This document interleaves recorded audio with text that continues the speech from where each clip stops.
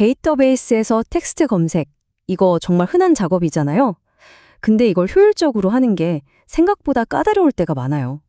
오늘은 바로 이 문제, like랑 전체 텍스트 검색, 이 둘을 가지고 제대로 한번 파헤쳐 보겠습니다. 자, 여러분, 데이터베이스에서 텍스트를 검색할 때 보통 뭘 쓰시나요? 아마 SQL 좀 만져보셨다 하는 분들은 바로 그거! 하고 떠오르는 게 하나 있으실 거예요. 네, 바로 like죠. 뭐 거의 국물 같은 거잖아요. 배우기도 쉽고 어디서든 바로 쓸 수 있으니까요. 아마 대부분 이걸로 시작하셨을 겁니다. 좋아요. 그럼 우리한테 가장 친숙한 like부터 한번 제대로 짚고 넘어가 보죠. 가장 기본적인 텍스트 검색 방법입니다. 보세요. 이런 쿼리 정말 간단하죠? 그냥 상품 설명에서 short라는 단어가 들어간 걸 전부 찾아달라는 뜻이에요. 직관적이고 쓰기 편하죠? 여기서 핵심은 바로 저 퍼센트 기호, 와일드카드인데요. 셔츠 앞뒤에 뭐가 오든 상관없이 찾아주니까 어느 정도 유연성이 생기는 거죠. 또 단 한 글자만 찾고 싶으면 언더바를 쓰면 되고요. 참 쉽죠? 하지만 세상에 공짜는 없죠. 이 편리함 뒤에는 생각보다 큰 단점이 숨어 있습니다. 특히 데이터가 좀 많아지기 시작하면 이 단순함이 발목을 잡기 시작해요. 자, 바로 이겁니다. like의 치명적인 약점. 왼쪽 쿼리처럼 man, Oxford, search 순서대로 검색하면 잘 찾아줘요. 그런데 오른쪽처럼 순서만 살짝 바꿔서 Oxford, shirt, man으로 검색하면 땡, 아무것도 못 찾습니다. 모든 단어가 다 있는데도 말이죠. 정말 융통성이 없죠? 근데요, 이런 기능적인 한계보다 훨씬 더 심각한 문제가 있어요. 바로 성능, 그리고 확장성 문제입니다. 이게 진짜 배기 문제예요. 왜 느릴까요? 여기 인용구를 보면 답이 나와요. like는 인덱스를 거의 쓰질 못해요. 예외적인 경우를 빼면요. 데이터베이스에서 인덱스는 책의 목차 같은 건데 목차 없이 책 전체를 뒤지는 거나 마찬가지인 거죠. 이러니 데이터가 많아지면 당연히 느려질 수밖에요. 이걸 그림으로 보면 확 와닿죠. 데이터가 몇 개 없을 땐 뭐 순식간에 끝나니까 괜찮아 보여요. 하지만 테이블이 거대해지면 like는 말 그대로 모든 데이터를 하나하나 다 훑어봐야 합니다. 풀 테이블 스캔이라고 하죠. 쿼리 하나에 몇 초, 심하면 몇 분이 걸릴 수도 있어요. 이게 바로 성능 병목의 주범이 되는 겁니다. 그럼 어떻게 해야 할까요? like가 이렇게 느린데 방법이 없을까요? 당연히 있죠. 그래서 등장하는 게 바로 포스트그레스QL 전체 텍스트 검색 FTS입니다.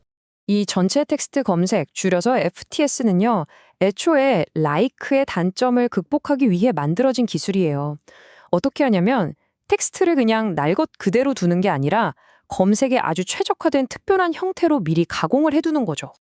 그 가공 과정이 크게 두 단계인데요.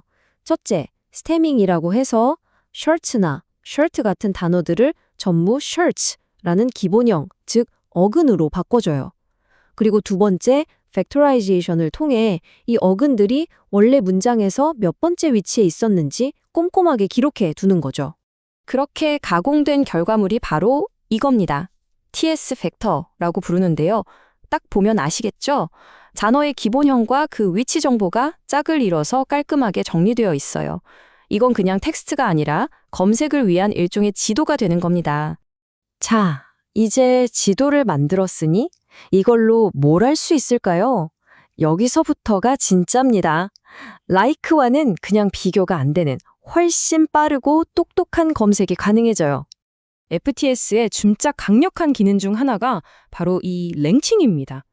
like는 그냥 검색어가 있는지 없는지 예, 아니요로만 답하잖아요. 근데 FTS는 tsrank 같은 함수를 써서 검색 결과가 얼마나 검색어와 관련이 높은지를 점수로 매겨줍니다.